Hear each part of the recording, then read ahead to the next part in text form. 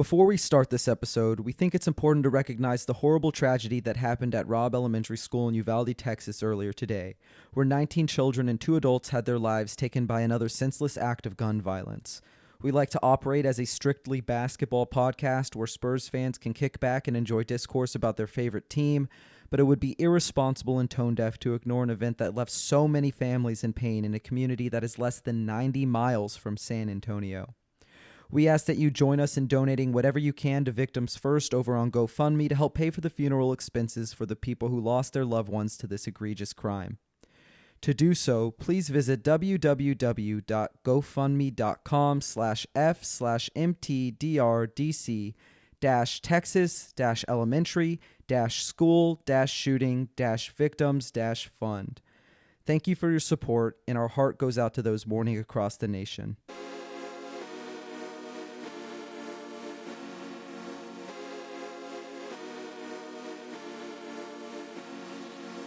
You're listening to Alamo City Limits podcast with Noah Magaro-George, the official San Antonio Spurs podcast of Pounding the Rock in SB Nation. What's going on, Spurs fans? Welcome back to Alamo City Limits, the official San Antonio Spurs podcast of SB Nation and Pounding the Rock. As always, I'm your host, Noah Magaro-George, and that's my co-host, Damien Bartonek. And today we're diving right back into some more NBA draft content. But before we get started, man, how are you doing today? I'm fine, honestly. Mentally, physically, emotionally, I'm fine. I'm just excited to be here, bro. Excited to talk hoops with you, especially the NBA draft. We've been going really, really hard on that after, 9-10 days off. Charge the batteries back up, caught some fish, caught a shark, caught a couple of big uglies. So, man, I'm thrilled to be here, bro, and I'm excited. Yo, before we get into that, I've been wanting to go fishing for so long. I've been trying to figure out, I want to go fishing here. I have not been fishing since I was in middle school. So it's just something that I saw you do, and I was like, damn, man, that looks fun. I want to do it so bad. It's just something that I'm passionate about. It's something that, after all said and done, and I'm in, my 60s and 70s, I want to retire somewhere, on the Gulf, man. I definitely just want to fish until my last breath, baby. That sounds like the dream, man. And honestly, the Spurs, in a way, they're kind of going fishing in a way for prospects. Yep. And just so everybody knows, our audience, we always let them know when we're recording. So we're recording on May 24th. It's about 7:12 p.m. Central Time. We got a ton of topics to cover tonight, and we're going to go ahead and kick things off with the news. It's a little bit late, but the news that San Antonio is going to be selecting 9th overall, and in almost exactly a month, the 23rd is the draft. Today's the 24th, so doesn't look like the basketball gods favored San Antonio. The lottery balls did not bounce in their way. They're going to be picking 9th overall. One more time, 9th overall. But before we talk about any of the candidates for the 9th overall pick, let's go ahead and just share our thoughts about San Antonio's positioning inside this year's lottery. And tell me about how you feel in regards to the Spurs not leaping into the top 4 of that class, because I think that's what everybody was hoping for.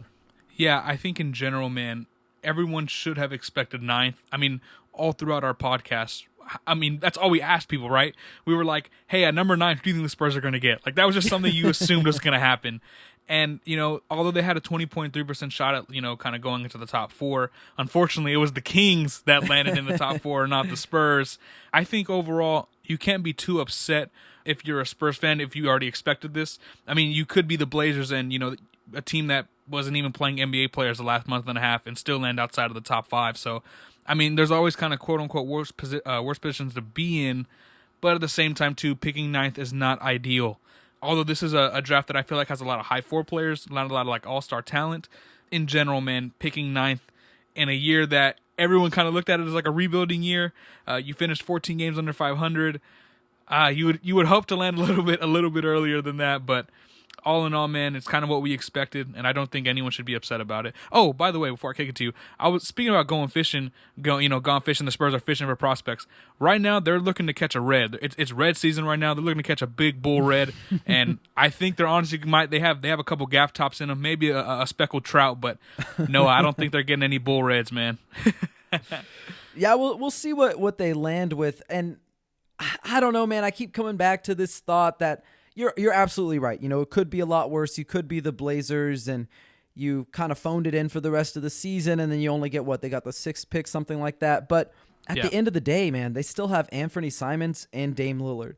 You know, the Spurs have DeJounte Murray. He's absolutely an all-star. You cannot take that away from him, but it would have been nice to, everybody says, you know, go get him help. He needs help. Go sign this, go sign that. But man, you know, Sacramento, they also phoned it in. The last 15 games of the season, they move into the top 4 of the draft, and they only lost 4 more games than the Spurs. So was it worth it? I mean, we don't have to talk about this too long or anything like that, because I know it's sort of a topic we've hashed out a million times, but was it really that worth it to knock the Lakers out of the postseason and then lose in the first round to a Zion Williamson-less Pelicans team? You know, like, was it worth it? Do you feel like it was worth it? And again, we don't have to stick to this long. It can just be a simple yes, no. I'll tell you my thought. My thought is probably not, but I want to hear yours. Okay, so coming into this season, so I don't sound like a hypocrite, this is what I said. The Spurs, I believe, I had them going 33-49, so I was a game off. But at the same time, I thought they'd be, a really good defensive team. Offensively, they'd struggle. And I always said, hey, hypothetically, if they're, in consideration for the, the playoffs or the play-in, go for it, right? I anticipated that and said that because I anticipated the West being much better than what it was. So if you were in the play-in consideration, I was expecting you to be hovering around 500. When the Spurs are 10, 11, 12, 13, 14 games under 500, I don't see how it made sense for them from an organizational standpoint to try and make the play-in or do whatever the case may be with that in terms of like advancing, into the playoffs hypothetically or anything like that, because where this team is at right now, where they're going, and the circumstances at hand, it didn't make a lot of sense for me seeing them really just throw everything out there to try to make the play-in and ultimately lose to a Pelicans, a Zionless Pelicans team. And really, man, hypothetically, Noah, if they did make it into the playoffs, are they putting up, more of a fight than the Pelicans did against Phoenix? Probably not, right? So I think in general, man, I don't think it was worth it for them. And hindsight's 20/20, but in my opinion, I was always kind of like, man, you need those ping pong balls. You need those, those chances to land in the top 4. And this seemed like the year to really kind of do that, and they didn't. And I'll go ahead and give them this. I definitely 100% admire them being consistent and sticking to their values and doing what they think is best, because there is probably a lot of public pressure from your fan base, right? You've got a lot of people saying, tank away the last 10 games. And I was on that train for sure, because it's the last 10 games. You've played 70 of a possible, or 72 of a possible 82 games. Like, you know who you are at that point. But I understand why they did it. I'm not going to knock them for it, really. I don't agree with it, but I'm not going to knock them too hard. At the end of the day, it is important to be optimistic, right? And so an optimist can say, well, they have the 9th pick. Dirk was the 9th pick. Tracy McGrady was the 9th pick. Sean Marion, Amari Stoudemire, Andre Iguodala. Those guys were the 9th pick. In the same token, pessimists can go ahead and say, well, what about Kevin Knox? What about Patrick O'Brien? What about Ike Diogo? What about Mike Sweetney? What about Dennis Smith Jr.? It goes both ways, right? You've got busts, you've got all-stars, you got a few superstars in there. But at the end of the day, historically, you look through the picks, most of those players end up being solid starters to role players. And I think if that's somebody that you get as a glue guy, that's fine.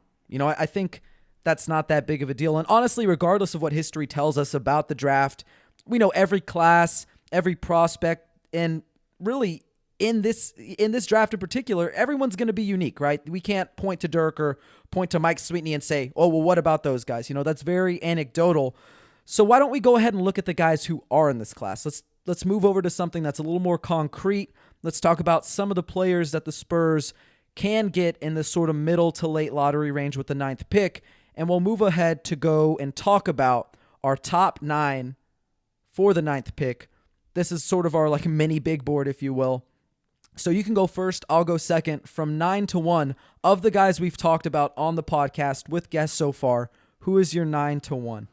Yeah, and again, reiterating that this is about who we've talked about on the podcast. So this is not like my big board of just, regular players. We want to be a little bit realistic here. So number 1 for me would be Shaedon Sharpe. Number 2 would be Keegan Murray. Number 3 would be Jeremy Sohan. Number 4 would be Tari Eason. Number 5 would be Benedict Mathurin. Number 6 would be Johnny Davis. Number 7 would be Jalen Duren. Number 8 would be AJ Griffin. And number 9 would be Kendall Brown. Just going really, really quickly here. Shaedon Sharpe for me has the highest upside or highest ceiling out of all these prospects, and a team like San Antonio, who I believe needs that first guy, that premier athlete, that premier player. He gives you the best shot of getting that, and I think the Spurs, operating from that standpoint of needing a player like that, they should be taking upside swings all day, all night if if the opportunity presents itself. Keegan Murray for me would be the best immediate impact guy in this class out of all the guys I just mentioned. Fantastic on both ends of the floor. Really can play that that 4-5 spot that you need. Really, really versatile. I like him a lot, and I know he's an older player, but our previous guest Mavs Draft let us know as well. He's different from your prototypical older prospect, right? He's actually really polished. He's actually really, really good within his skill set, and there's actually upside as well at 3 levels that Mavs Draft was letting us know about. So I buy into that a little bit as well. Jeremy Sohan for me, that was the guy who I mocked the Spurs getting at number 9 over on Pounding the Rock. Sohan for me, I think Noah, feel free to interject here after I say this about Sohan. I think Sohan can carve out a role for himself immediately in a very limited sense. I like the playmaking. I like the defense. Primarily, that's kind of the big deal for me. I think he just has a really solid feel for the game, and I think Pop would really want to kind of throw that out there immediately. Now, you do run the risk of potentially not getting him those on-ball reps, whether it's in Austin or kind of giving them the opportunity to have an offense kind of funnel through him. That was kind of a big deal that me and you talked about with Josh Primo heading into the season.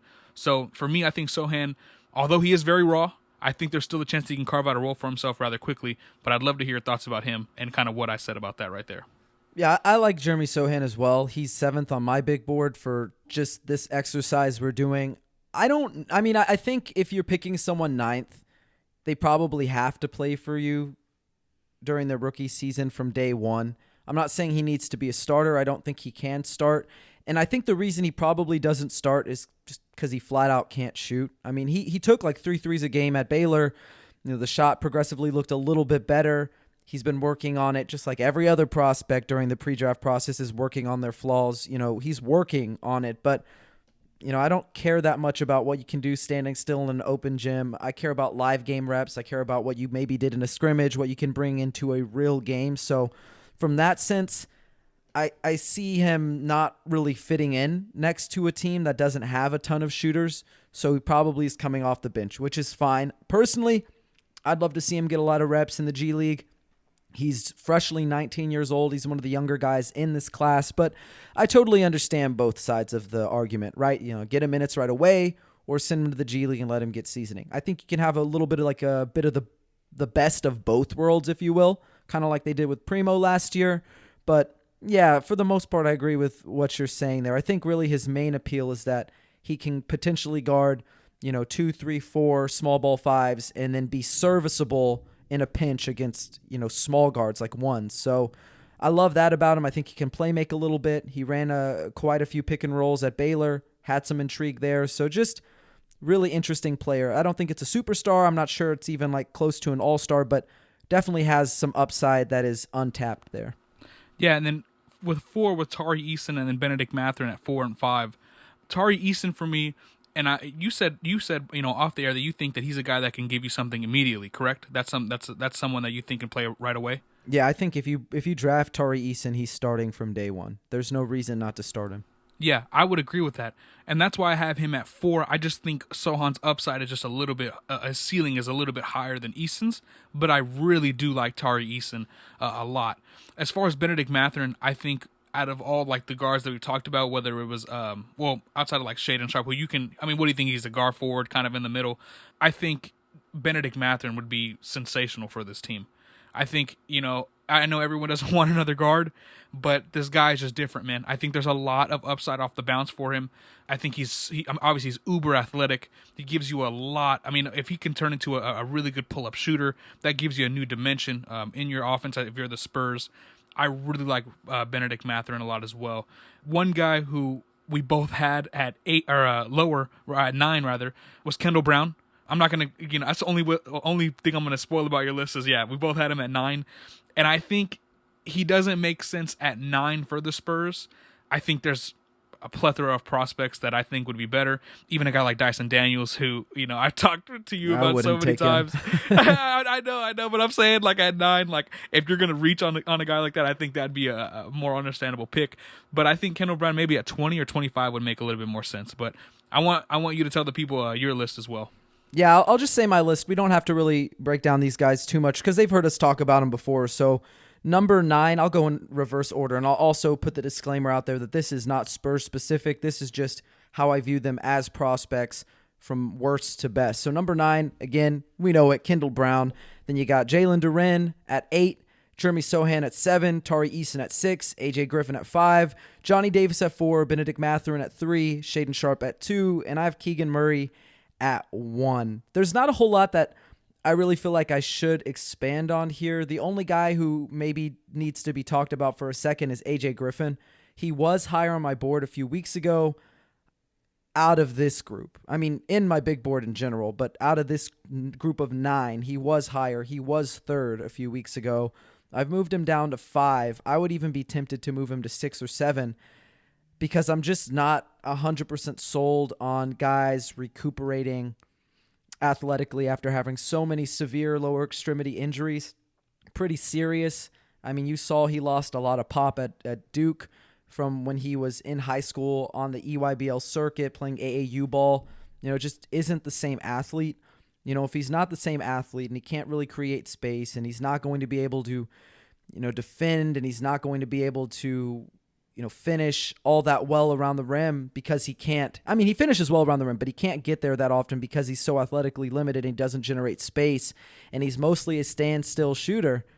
Man, it sounds like you're bringing in, on offense at least, like a smaller Keldon in terms of someone who can stand still shoot and then attack closeouts and has some utility in transition and then just doesn't get above the rim like Keldon can.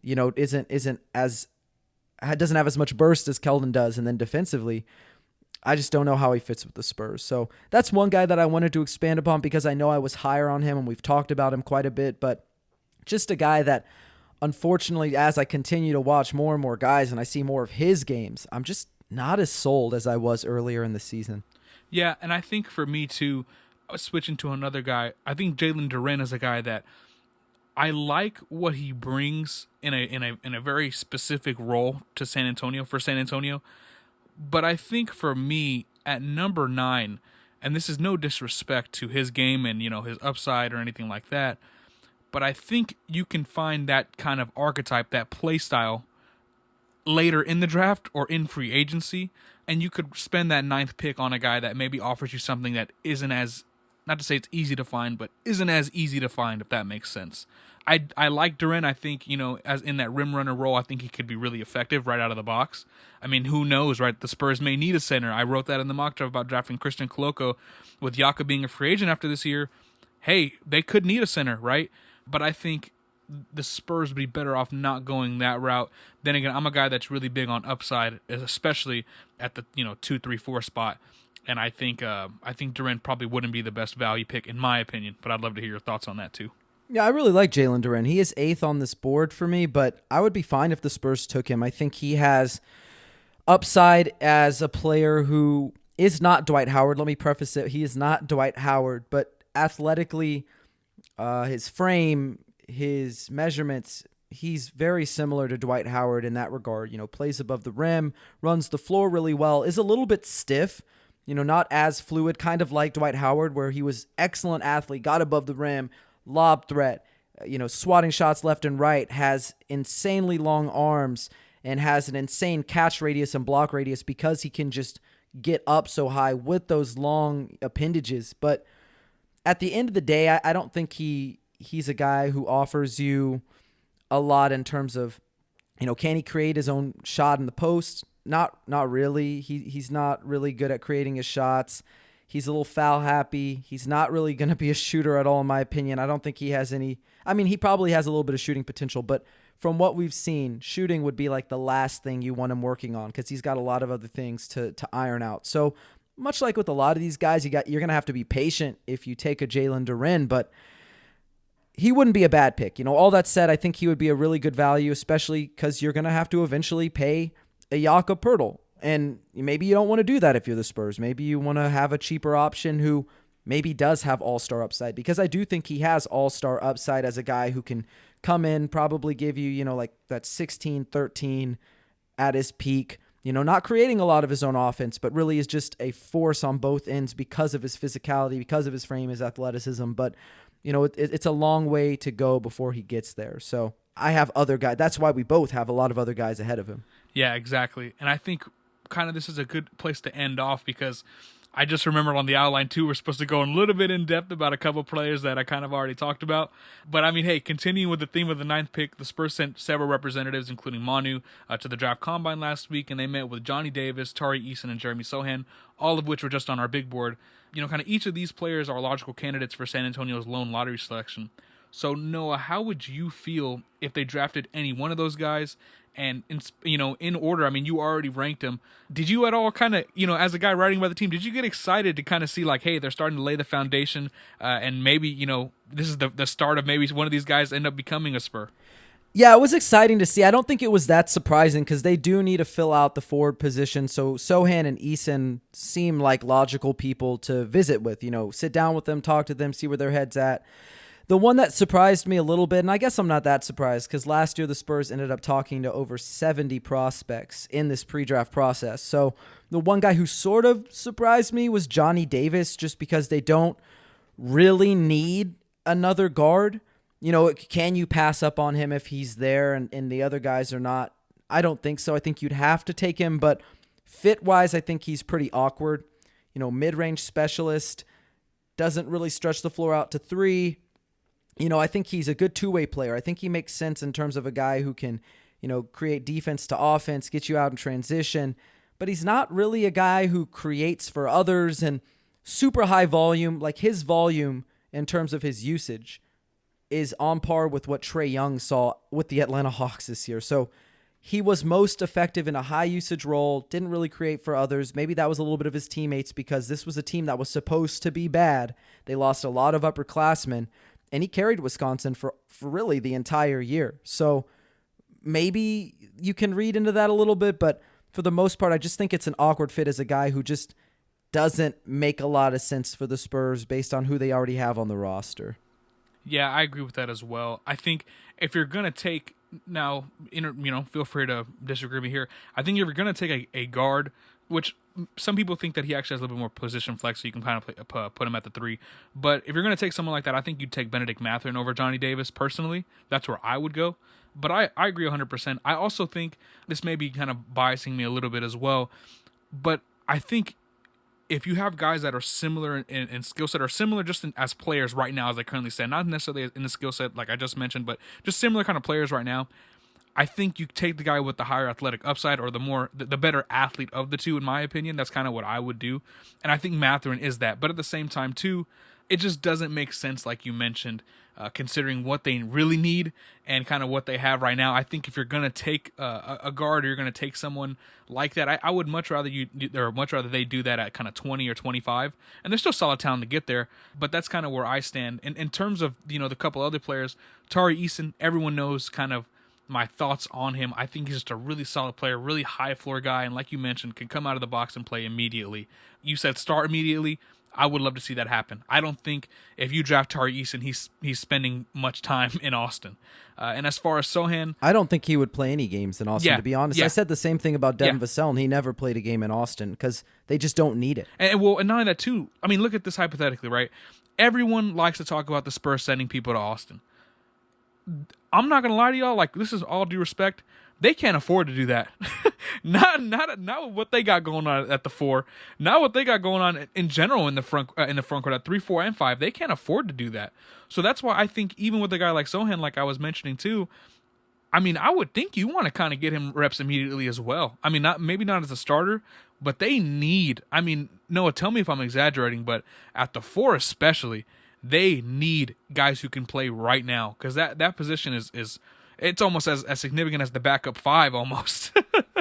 Yeah, I don't know if they need guys who can play right now, because I don't think the Spurs are like a team that's competing for anything. So if you're not really competing for anything, I'm fine if they send Jeremy Sohan to the Austin Spurs, let them run some offense through him, let him be a primary option, see how it works out, because he is kind of a raw prospect that has a lot of intriguing talents to him.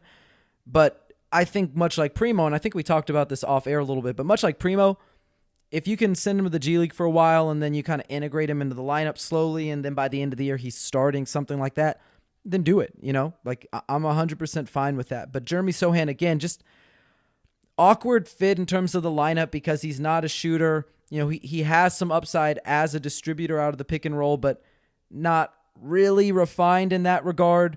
Where does he fit? Because he's a good cutter, but is that the only thing he's going to be doing then? Because you're not going to put the ball in his hands in San Antonio. You're just not. Yeah. So I just kind of struggle to see where he fits in from day one. Do you think potentially if they brought him off the bench, right, out of as a rookie, and they paired him with a guy like Doug McDermott at the 3? I don't know what you do at the 1 and 2 right now. Obviously you need to get a backup 5, but I would imagine if you brought him off the bench and you surrounded him, like, not saying he's going to be the LeBron James of the engine of your offense, but hypothetically, right? You talked about how he's not, a great shooter or anything like that right now. I think you could play him immediately if you have the personnel that matches up with what he brings, well, right out of the gate. But the Spurs also don't really have that. I mean, outside of Doug McDermott, they don't really have a guys that can, shoot off movement. I mean, Josh Primo can off, on that bench unit, Doug McDermott can. So maybe they can kind of carve out something like that actually fits with him.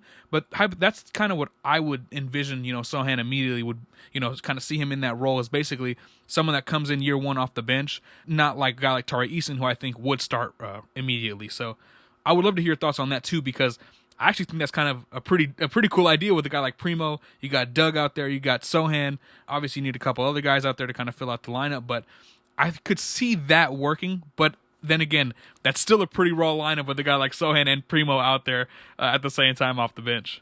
Yeah, I just don't know how it works. I don't know how it would work, and I don't know if you cater to him.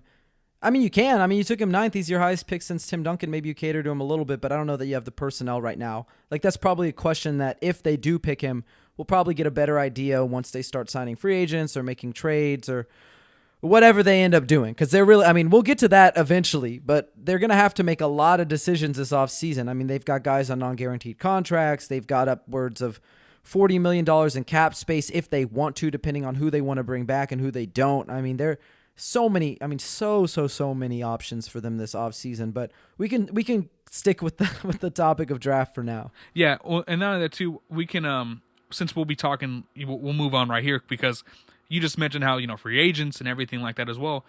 Well, I don't know about I almost forgot. They got 2 other first-round picks, and they got an early second-round pick. They sat down with John Butler, Marjon Beauchamp, Gabriel Persidia, and Patrick Baldwin Jr.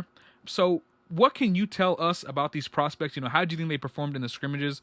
And at 20, 25, and 38, the picks that I almost forgot about, kind of tell us if they make sense and who in particular makes sense at those picks. Yeah, I won't go too in-depth about the scrimmages or anything. One guy who did stand out of all of them, because not all of these guys participated in scrimmages, but one guy who really stood out to me was John Butler, but he stood out for the same way that he stood out at Florida State University, and we can start with him. So if you think Chet Holmgren is skinny, you're going to think this kid is like skinny. I mean, he's basically the same height as Chet Holmgren. He's almost 7'1", and he only weighed 174.4 pounds at the combine. That's his official weight. So right off the bat, he would be one of the 10 lightest players in the NBA. He is very much a project. And the thing that you like about him is as a 7'1" guy, he moves very fluidly. He can shoot off movement a little bit. He's a good standstill shooter. He can attack closeouts when guys are, aggressively or almost over-aggressively trying to chase him off the three-point line. He can be a little bit of a lob target. He's not a great athlete. If you go look at the combine numbers, I know everybody was, freaking out about Patrick Baldwin Jr. having that 26.5-inch vertical or something like that. But, John Butler measured, I think, at 28 inches. So it wasn't like he was anything special, but he's long. He moves really well. He shoots the ball well. He's fairly good as a rim protector, although he's pretty raw.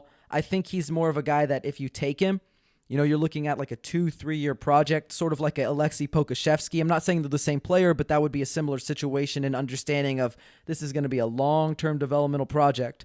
So I like him a lot, but I think I like him better if I see what he does in year 2 at FSU. I think he should go back to school. I don't know that he will. He might have a first-round promise. I'm not really sure what the plan is for him, but if you could snag him with, the 38th pick or the 25th pick, I think that's fairly good value for a team that, they could be looking at a really intriguing and unique forward/center prospect who has some guard skills. Yeah, and so I also want to hear about Gabriel Procida. I don't know how to say his name exactly, but I think what's intriguing to me, what they're kind of just reading up on him a little bit as well, is so he played 26 games. I'm not going to pronounce the name. I'm not going to even try to. Right? Fortitudo Bologna. Yeah, look at you. Yeah, good job. But yeah, so he played 18 and a half minutes last year, shot 52% from the field, 38.3% from three, 7 points per game, so not a crazy high, volume or anything like that.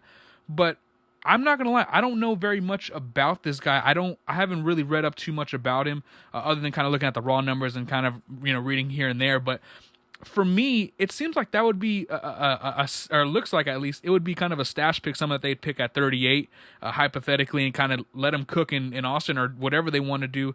I don't think hypothetically, just kind of looking at him, that he'd be a guy that comes in right out of the gate. Am I wrong? Kind of after saying that, or kind of what do you think about him, or where would you think they'd pick him at anyway? Yeah, so Prochida's interesting. I think you could draft and stash him if you want to, which would be interesting for the Spurs because we know if they do keep all 4 picks, then you have 4 rookies, and they don't play rookies that much, so it sort of creates a logjam for minutes. And so in regard to Gabriel Procida, he is a guy who measured pretty well at the combine athletically. He's 6'6". I think he's 190 or 192, somewhere around that range. He's got fairly good size, good frame, and he's a guy who can shoot the 3 ball really well. And one thing that you mentioned, and I'm not correcting you just for the sake of correcting you, but I think one thing that's really important for all fans to realize is you look at the best scorers in Europe, right, who are playing in the EuroLeague, or they're playing in like the best basketball leagues like the Ligue 1 in France or the Lega A in Italy. These guys are playing on teams that, first off, it's very equal opportunity offense. They don't usually run heliocentric style offenses, so you're not going to see a lot of guys averaging a ton of points. Like the highest scorers are going to average 16, 17. If a crazy year, they might get to 20. So guys who are averaging 7 points per game, it's not an NBA 7 points per game. If I had to make a comparison, if you're averaging like 7 points per game in the NBA, that's the equivalent of like 11, 12, 13 off the bench, and that's what his role was. He did come off the bench for most of the year, really good 3-point shooter on decent volume. And I think for me, I'm not sure he'll ever be a guy who really creates a lot of his own offense, but he's a good cutter. He shoots the 3 ball off movement, off standstill looks, got some shot versatility there. He can attack closeouts. And when I say he's like a very high motor player, he attacks the offensive boards. He had a lot of loud putback dunks. He can surprisingly get up there when he's attacking a closeout, really stuff at home. So like he's a guy who I think probably not a first-round target. I think he's probably like a fringe first-round talent, probably early second-round guy. But if you get him with the 38th pick, maybe you bring him to Austin, maybe you stash him. But either way, really like him. Pretty young guy as well. He's only 19 years old. He will be 20 in June, so he'll be 20 like 7 days or so. But I really like him. He met with the Spurs. He met Manu in particular, and they went back and forth in Italian at the Combine. So, that doesn't necessarily mean anything, but it is kind of cool to see the Spurs looking international because really they've kind of moved away from the international thing outside of like the Luka pick recently. It's mostly been domestic here. Yeah, I can't remember outside of Luka. Was it Davis? Would Davis be the last guy they went? That was either Davis or Livio Jean-Charles, or it might have even been Nikola Milutinoff. I mean, but they really haven't. I know they're kind of associated with like international European talent, but Spurs haven't really stocked up on these, like European guys in the draft for a while. They've gone mostly domestic. I mean, you look at their draft history: DeJounte Murray, Keldon Johnson, Derek White, Trey Jones, Kendall Weatherspoon, Joe Wieskamp. I mean, if you want to consider Josh Primo international, by all means do it. But he's in Canada. They're like a hop and a skip away. They're not like, it's not like they're in France. They're not overseas. So, but yeah, that's mostly been like, local guys, not local in Texas, but in terms of local, in terms of the nation they're from, United States. Yeah. And well, another guy that kind of stood out to me was Marjon Beauchamp, who he measured really well in my opinion, 6'6.5", at a 7-foot wingspan. So from just an archetype perspective, looking at just his body, I mean, he's going to offer you some versatility there as well. One thing that I'm kind of like iffy on in general is his ability to shoot the basketball. Right now, he shot 24.2% from three last year for the Ignite, although the true shooting percentage is much better at 63.8%. I'm a little curious to see kind of what his role would be at the next level. I like the size. I think that, on the ball as a defender, he could be really, really well. Seems kind of like one of those gritty defenders on the ball, kind of like those pesty defenders that, is really, really solid, really valuable. And for a team like San Antonio that needs versatility, especially on the defensive end, he seems like someone that could really fill that role for you at pick 25 if they wanted to go that route. But you mentioned, not to compare the prospects, but with Sohan, how it would be a little bit difficult to place him in a lineup because he can't really shoot. I wonder if you feel the same about Beauchamp, heading into this year. A little bit, but I think it's less pronounced because you would be taking him with like the 20th or the 25th pick. Yeah. I have him 20th on my big board, but I think the things that he does well from day one, the percentile is not going to stand out. He finished in the 69th percentile as a transition finisher in the G League, but that's really where his strength lies. I mean, he's an excellent open floor athlete. He's a guy who gets above the rim in a hurry off 1 or 2 feet. He's a guy who can sort of be a lob threat on a fast break or something like that. Really, really strong, NBA-ready body. I mean, just you take one look at him and you can see, I mean, this guy looks like a grown man. I mean, he is a grown man. He is huge, and not in a bad way, but just filled out, muscular, phenomenal athlete. The thing that I think he'll struggle with is where do you put him on the offensive end? Because as you mentioned, not really a great shooter. He did shoot 12 of 31 on catch and shoot looks this season, so that's somewhat respectable. The catch and shoot looks, that's about 38%. So if he's just going to be a stationary shooter, fine. Maybe you can make some progress there. He's working with Chip, or he's working with the Spurs staff.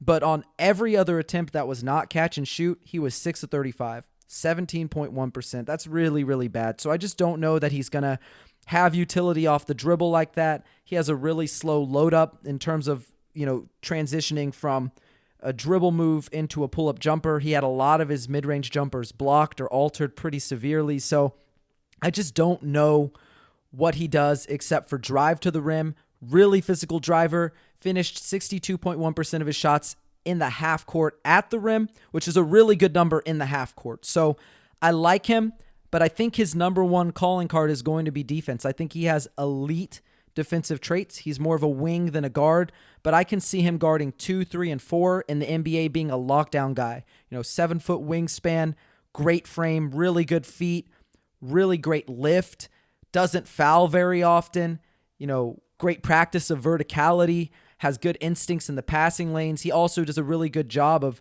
when he's helping, when he's digging, he can kind of dislodge the ball from a man away. So really love how he fits defensively. And in terms of the Spurs loving to push the pace, he fits that identity, but, can't shoot, doesn't create for himself that much, lost a lot of balls just like dribbling, nobody poked it away. He just sort of out of control. So I don't know what to expect. Maybe things change when he gets into the NBA. I know I'm sort of rambling, and I'll bring it to a close here. But when he was in high school, dynamite scorer, big time scorer on the AAU, EYBL circuits, right?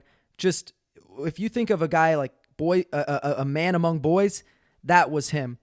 And then he said, I'm declaring for the draft. He wanted to really start working out, and the pandemic hit. And he went, what do I do? So he went to Yakima Community College. You look at the tape there again, man among boys, 30.7 points per game. And there he actually shot above 40% on threes, and it was on over 8 attempts per game. It still kind of looked slow, but he could get away with it because it was against that level of competition. So I don't know where to put him. It was a weird situation with the Ignite. He played with a lot of ball-dominant guards from Jaden Hardy, Scoot Henderson, Dyson Daniels. Like, what, does he look different in a different context? So I don't know where I land on him, but I do know, he's 20 on my big board, and if the Spurs take him 20 or 25, I think that's really good value. And the last guy would be Patrick Baldwin Jr., someone that made a lot of headlines for the wrong reasons. Not necessarily his fault. I mean, it's not, It just it's not all his own doing, but hypothetically not hypothetically, in the real world, man, a lot of people were pretty shocked at a lot of his measurables, at his his what was it, his 2-foot jump, his vertical, all kinds of stuff. And for me, I felt a little bit bad because he was someone that hypothetically people were kind of looking at as like, hey, later in the first round, he could be a steal, for any kind of team, late in the first. But it seems like the combine was kind of like the final nail in the coffin for me, hypothetically, when it comes to where he could go, because he doesn't have a lot working for him as a shooter, right? He's a 26% shooter on 64 attempts. The true shooting percentage is only 45%. He, in theory, you would think he'd be a mismatch for anyone on the offensive end with just, how big and long he is. But in general, it seems like he's really limited as an athlete. And I'm just, Noah, I don't really know. I don't know what to expect or what to think, because if the measurables and the kind of the raw athletic ability, raw traits just aren't there, and the shooting isn't there, right? The playmaking isn't there. 1.5 assists at over 2 turnovers a game.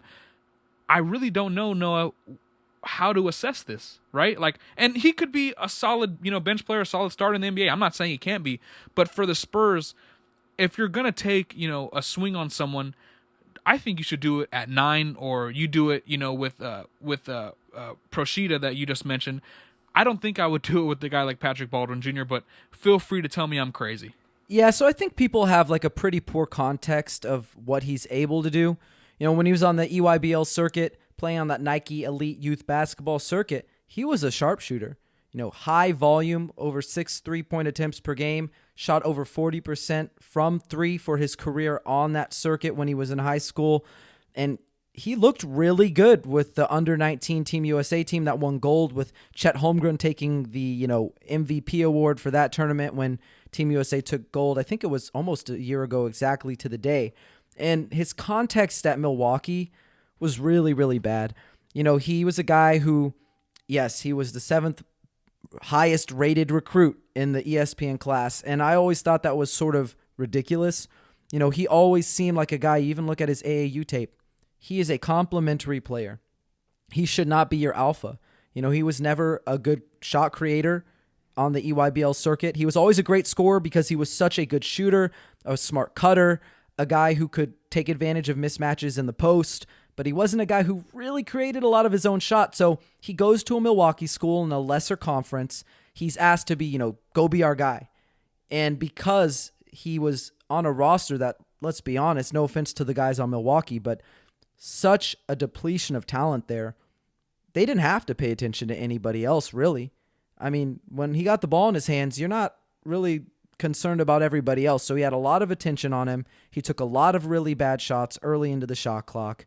And he also was asked to be the number 1 guy in a less than ideal role. So I think the context was poor.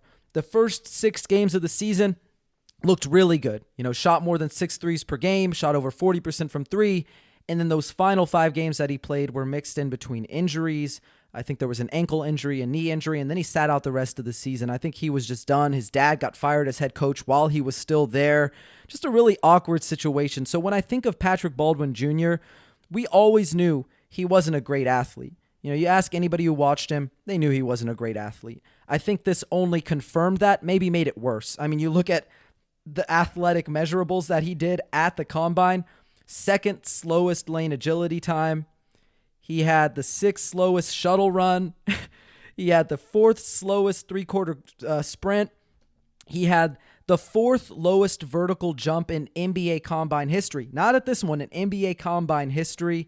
And then he also had the 2nd lowest just standing vertical leap. So looked really bad athletically. But if you're realistic with what he can do, and that number 1 thing is shoot the ball, then you can probably take a bet with him in the later first round if that's all you want. Because defensively, I don't think he's offering you much. He's never really offered you much, and he's kind of not to the same degree, but similar to AJ Griffin, who got injured a lot in high school.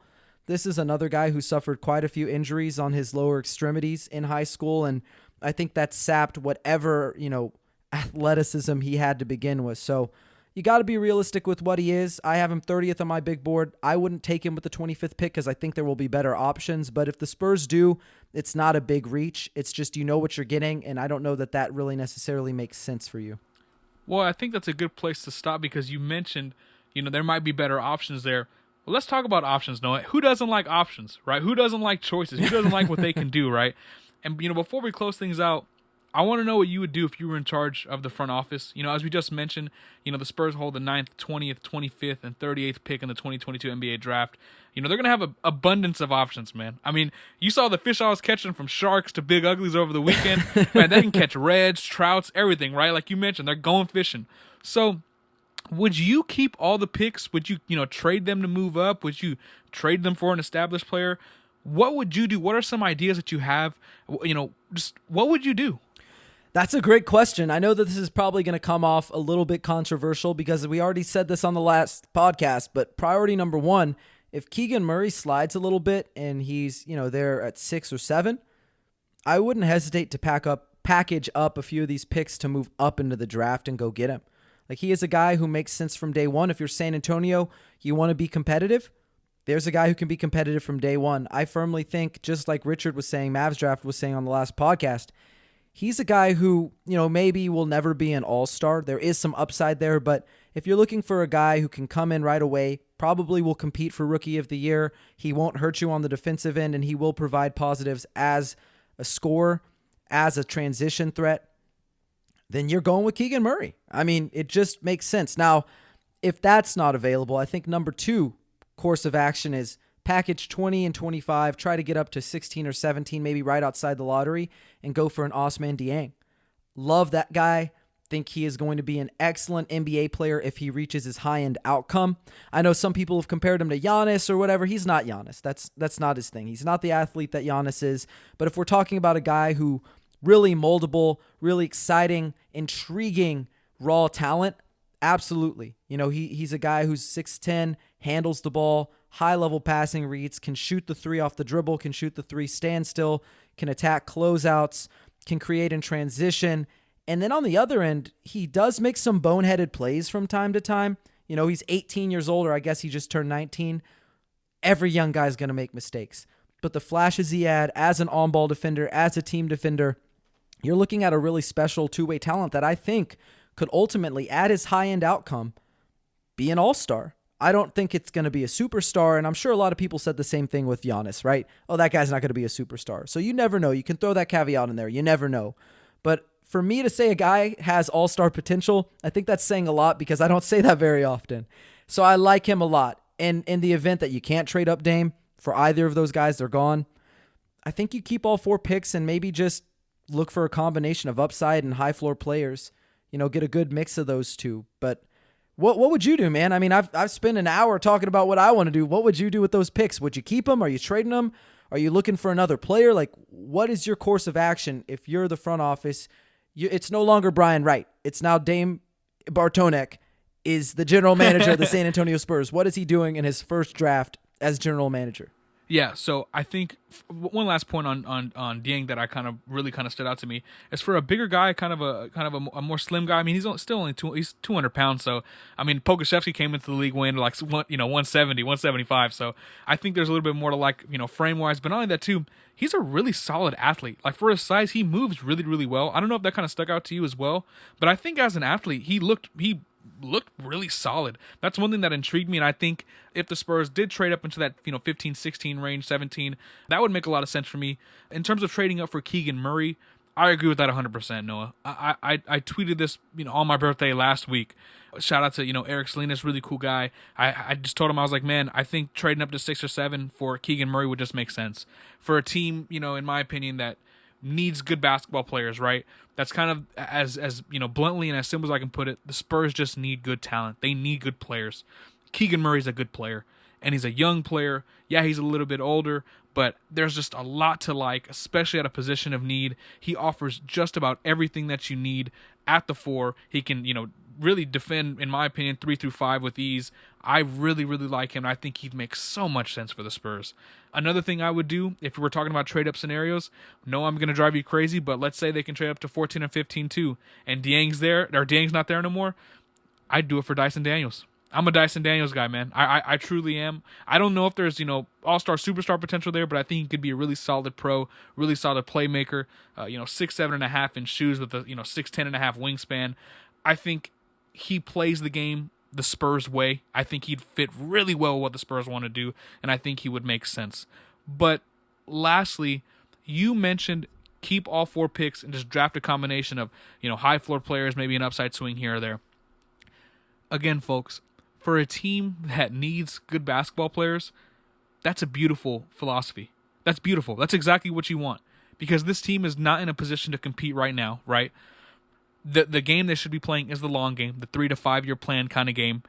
And if you're in a position like they are to maximize, the talent that you can get by getting guys who can contribute out of the box, and you have a couple guys you're developing, in the wings, that just makes so much sense to me. It would really be that's maximizing your shots at being better, at getting better, as simple as I can put it.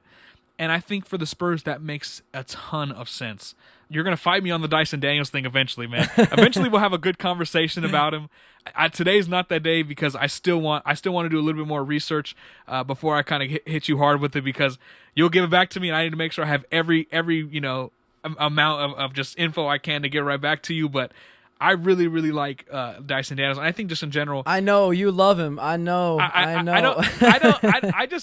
like it. I do. I just do. I mean, what are you gonna do, Noah? You know what I mean? But it's not that I don't like him either. I mean, he's 13th on my big board, so clearly, I like him. I just think if you're trading up to get near the end of the lottery, or you're trading to get right outside the lottery, you should be looking to get a guy who's got high upside. I mean, you should be like a Nikola Jovic, or maybe you want to go Jaden Hardy, or maybe you even want to go with again the guy I mentioned, Osman Dieng, or if you really love him that much. I don't love him that much, but I would understand it. Leonard Miller, the Canadian man of mystery in this class, but I wouldn't do it for a Dyson Daniels just simply based on the fact that I just don't know that he has that much upside. I don't see it. And, contrary to what you said, I just don't think he's a very good fit with the Spurs. Yes, he can defend, but he can't score. And his best attribute is his passing and his defense. So again, we know he can play defense. That's great. But if your best attribute is passing and you're not a scoring threat, a lot of passing is predicated on your ability to be a threat. Right? People are focused on you, and it makes your job easier. In the G League, it's a lot easier to score than it is in the NBA. And he already sort of had trouble, creating advantages for himself and therefore creating advantages for others. Made some really, really beautiful passes, high-level reads, not normal stuff. But he's not, he's not a Josh Giddey. He's not a Lonzo Ball. I think he is a connective tissue guy, but he can't shoot. I don't really believe in him shooting right now. As the percentages weren't good, they got better at the end of the year, but such a small sample size, if he's not able to do those things at a high level, then you have a guy who doesn't really do a whole lot for you. And so at the end of the day, I just don't feel like you can really bet on a Dyson Daniels with the 9th pick. And I know that's not what you were saying, but I wouldn't trade up for a Dyson Daniels at 15 or 16. I would be trading up because I want to get a player who, let's try to get value where, this is a long-term plan. This is a guy who could be an all-star one day, because that's what you're missing. You're missing star-level talent, and I just don't see it with Dyson. I think he's a beautiful connector piece. I think if you're a playoff team and you're looking for a guy who can come in here and just be that connective tissue, keep the ball moving, make plays because his teammates create advantages, or maybe you're hoping you can develop him as a shooter and you need some defense, absolutely. I love it. But for the Spurs, I just don't think it makes a lot of sense. Yeah, I think obviously right now coming out of the box, there's definitely a lot of things that you would want him to improve on, and the shooting is the biggest part. I personally think that maybe that there is going to be something, then there's upside there. That's why I would trade up for him personally. I think if he becomes, a solid spot-up shooter, I think that would do a lot for him. But I agree. I agree right out of the gate. You're not getting that, right? You're going to get a really solid defender, really solid playmaker. In my opinion, I think he's a high floor guy. But at the same time, too, I can understand that perspective. I can understand that perspective as well. But like I said, man, I think the Spurs, just in general, kind of wrapping it up here, I think the Spurs, like I've mentioned numerous times, they're going to have a chance to get a lot of solid players. I mean, there's a lot of high floor guys, and they can take an upside swing on Dieng or Sohan or whatever the case may be. But all in all, this is a really good offseason draft for them to not improve and become a championship contender or improve and to be a lock for the playoffs, but to really build a solid foundation, a solid core of guys that have high floors. I think this is a really good offseason and a good draft to do that. And who knows, what happens. I don't think the Spurs are going to be competing for the playoffs next season, but that's, who's to say in 2 or 3 years, kind of starting, laying the foundation for this house, if it doesn't, come into a nice 2-story crib on, in the Dominion in San Antonio, right? Like, who knows what happens. So I think in general, this is a really solid position that the Spurs are in, and I think it would be really hard for them to walk out of this offseason period as losers, regardless of whether they get the big fish, regardless if they get the big shark or not. I think it's really hard for them not to really do well this offseason. I agree with you, man. I don't think that there's a lot of scenarios in which they can be losers, and I don't think that they're probably going to be a playoff team if they are a playoff team, and this is without them getting DeAndre Ayton or Zach LaVine, and we'll save that for another day. But as it stands right now, whoever they draft right now, if they get, a Keegan Murray, maybe we're looking at a lower playoff seed, something like that. But I think if you are a Spurs fan and if you have been paying attention to the Spurs for the last 2.5 decades, there really isn't a team over that span that has developed talent better than them for the last 25 years. There just simply isn't. From DeJounte Murray to the Corey Josephs to DeJuan Blairs to you've got guys like Kyle Anderson, you got Keldon Johnson, you've got Tony Parker, Manu Ginobili. I mean, you've got so many success stories from the draft. They're not all superstars. They're not all all-stars. Some of them are just role players. But if you truly believe in the front office that they know how to identify talent and that their coaching staff can develop that talent and get the most out of them, then you got to be excited that even if the Spurs can't trade up like we both want them to, that, oh my God, they just got 4 swings, right? You got 4 swings.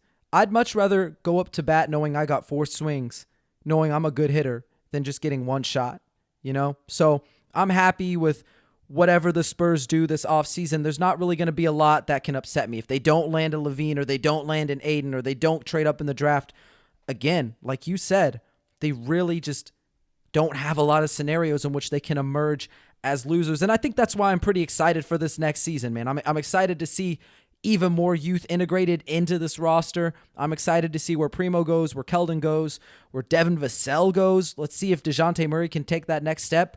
Are we skeptical of that? Yes, but has he proven us wrong before? Yeah. So just really, really excited for this. And I'm also excited to continue doing this draft stuff with you. But man, I think for today, that about does it. That was our 4th draft podcast. There were going to be many more on the way. But Dame, you took an hour of your time to sit down with me. Let me ramble. Let me tell you no to Dyson Daniels. It is your time to be the star of the show. You tell everybody where they can find you on social media, where they can find your basketball content, where they can find your football content, any sports ball content. Yeah. Just tell everybody where they can find you and plug all the stuff that you want, man. Oh, yeah. Hey, man, it's always a pleasure to be here, bro. And another thing, too, you mentioned getting 4 swings. Shout out to my guy, Aaron Judge, man. I mean, he batted .284 back in 2017, but hit 52 home runs. All that matters, Noah, we can have 4 cracks and only hit 1, but all you need is 1 home run, baby. That's all you need. Yes, sir. Yes, sir. So I think like we mentioned, man, the Spurs are going to be in a good spot, but y'all can go ahead and follow me on Twitter at DA Bartonek. That's at DABARTONEK. Check out Pounding the Rock, everything we're doing. I'm definitely going to be working on some mock drafts as well. I definitely want to get another one sent out this week and just kind of, talk about some prospects and have y'all learn a little bit from my pieces as well. No, it was really, really dope to, be on with you. And yeah, man, shout out to SB Nation. For sure. And man, I always appreciate you just sitting here with me, taking, time out of your day to do these podcasts, to prepare for these podcasts, all the stuff that goes into this, from the rundown to the pre-show meetings to everything. So man, I really do appreciate you, but I'll let people know where they can find me. As always, you can just find me _Magaro, Magaro on Twitter. Just like Dame, you can find my stuff on Pounding the Rock. We're going to be putting a lot more draft content on here, including this podcast. That'll be up pretty soon here. And then if you really want to go deep dive on my stuff, you can also find some of my writing on compare.bet. I'm doing some draft content from them, for some Spurs content for them, so check that stuff out. But man, thank you one more time for joining me, and thank you to everybody who joined us for this edition of Alamo City Limits. And for those of you listening at home, make sure to subscribe and leave us a 5-star review on Apple Podcasts, Spotify, or wherever you get your podcast. We've got an amazing staff of writers at Pounding the Rock, including myself and Dame over there. But go ahead and check everybody's stuff out on our site. Appreciate y'all for supporting the pod. Appreciate you for supporting the writing. And until next time, Spurs fans, take care.